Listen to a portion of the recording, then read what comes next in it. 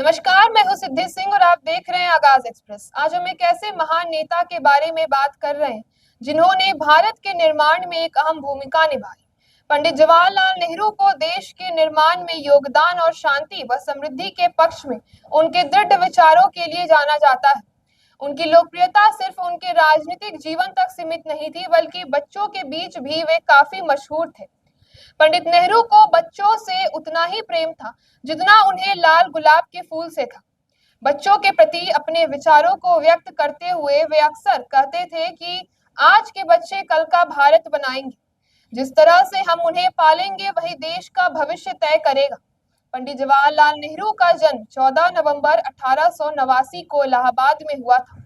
उनके पिता मोतीलाल नेहरू एक मशहूर वकील थे और 2 बार भारतीय राष्ट्रीय कांग्रेस के अध्यक्ष बने थे। उनकी माता का नाम स्वरूप रानी था। नेहरू ने अपनी शुरुआती पढ़ाई घर पर ही निजी शिक्षकों से ली और 15 साल की उम्र में वे इंग्लैंड चले गए। हैरो में पढ़ाई के बाद उन्होंने कैम्ब्रिज विश्वविद्यालय से नेचुरल साइंस में स्नातक पूरा किया। 26 वर्ष की उम्र में उनकी शादी 16 साल की कमला कौल से हुई, जो एक प्रतिष्ठित व्यापारी की बेटी थी।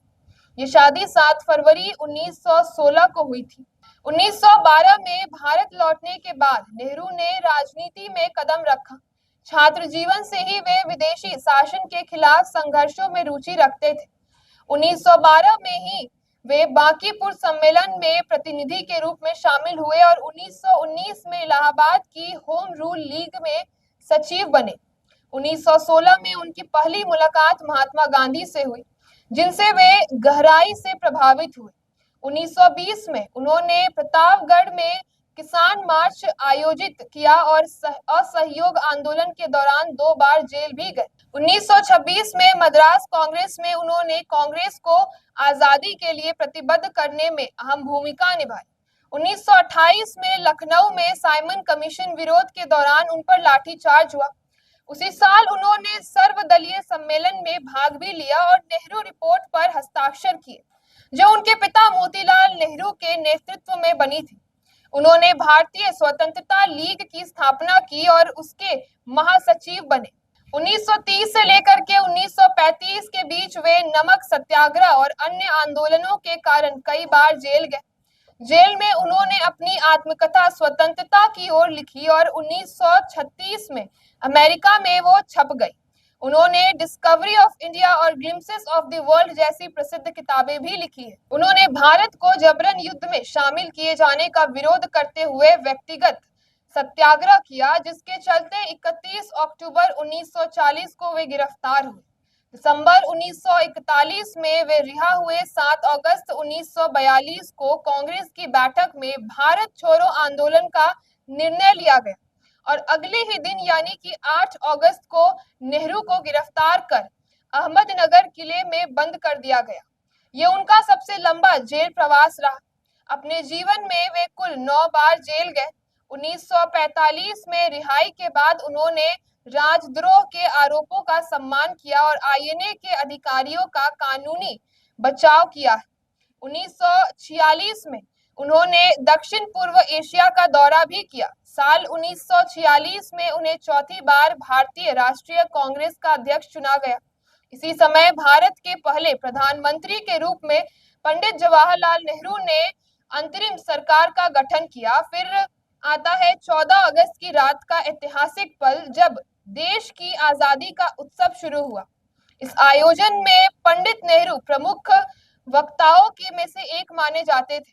उन्होंने आधी रात को अपने संबोधन में कहा कि अब हम आजाद हैं, जिससे हर भारतीयों के आंख में एक भावुकता से दिखाई दे रही थी। भारत के पहले प्रधानमंत्री के रूप में योगदान की यदि हम बात करें तो स्वतंत्रता के बाद नेहरू जी ने बच्चों और युवाओं के कल्याण के लिए कई प्रयास किए।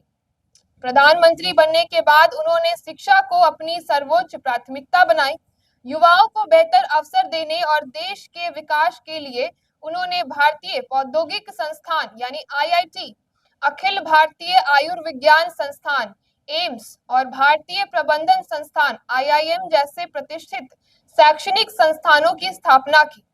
इसी के साथ 1955 में बच्चों के लिए फिल्मों के निर्माण हेतु चिल्ड्रन फिल्म सोसाइटी इंडिया की स्थापना की।